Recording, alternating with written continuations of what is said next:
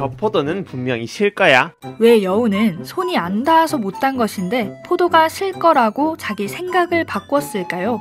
바로 인지부조화라는 현상 때문입니다.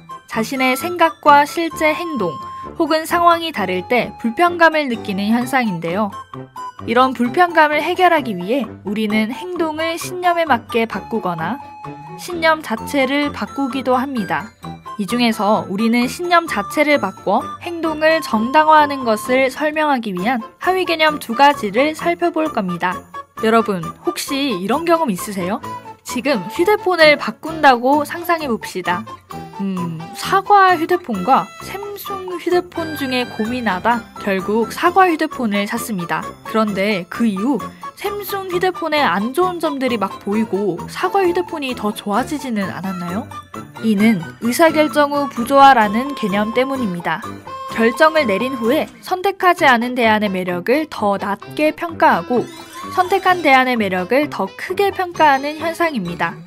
연구자 잭은 사람들에게 여러 제품을 주고 각각의 매력도를 평가하게 했는데요. 그 후 가장 점수가 비슷한 2개 중 하나를 선택하라고 한 후에 다시 전체 제품들의 매력도를 평가하게 했습니다. 과연 점수가 같을까요? 그렇지 않았습니다. 사람들은 자신이 선택한 제품의 매력도를 처음보다 더 높게 평가하고 선택하지 않은 제품에 대해서는 더 낮게 평가했다고 합니다. 이런 현상은 취소 불능가설로 설명할 수 있는데요. 취소하기 어려운 결정일수록 사람들은 자신이 선택한 쪽으로 신념을 바꾸려고 한다는 것입니다. 어떤 연구자들이 경마장에서 베팅을 하는 사람들을 조사했습니다. 자신이 얼마나 우승할 것 같다고 생각하시나요? 한 65% 정도요? 자신이 얼마나 우승할 것 같다고 생각하시나요? 확신하죠. 당연히 제가 베팅 말이 이길 거예요. 이처럼 베팅을 이미 한 사람은 자신이 선택한 것에 대해 취소할 수 없다고 생각하게 되고 우승 확률을 더 높게 예측합니다. 부조화를 감소시키기 위해 사람들이 하는 실제적인 적용 중에는 외적 정당화와 내적 정당화가 있습니다. 외적 정당화는 부조화의 이유와 설명이 개인 밖에 존재하는 것이고 내적 정당화는 자신의 내적 태도를 변화시켜 부조화를 감소시키는 것입니다. 자, 정당화를 설명해주는 재밌는 실험이 있어요. 먼저 아이들에게 장난감의 매력을 평가하라고 합니다. 그리고 가장 매력적으로 평가한 장난감을 가지고 놀지 못하게 합니다.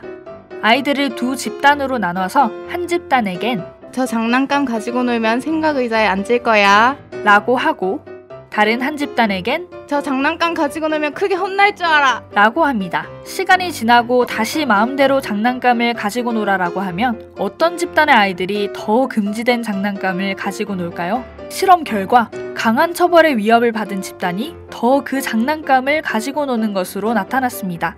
강한 처벌의 위협을 받은 아동은 외적 정당화를 해 자신이 처벌 위협으로 인해 장난감을 가지고 놀지 않은 것이라 생각하고 바로 다시 장난감을 가지고 놉니다. 반면 약한 처벌의 위협을 받은 아동은 내적 정당화를 해 자기 의지로 가지고 놀지 않았다는 자기 설득을 통해 지속적인 반응으로 이어지는 것입니다. 이런 현상이 일상 속에서 쉽게 일어나 가벼운 것이라고 생각될지도 모릅니다. 하지만 한 사람의 잘못된 정당화가 많은 사람들의 생명을 앗아가는 일이 될 수도 있습니다. 미국의 9.11 테러 사건, 이에 조지 부시 전 대통령은 테러와의 전쟁을 위해 이라크를 점령합니다.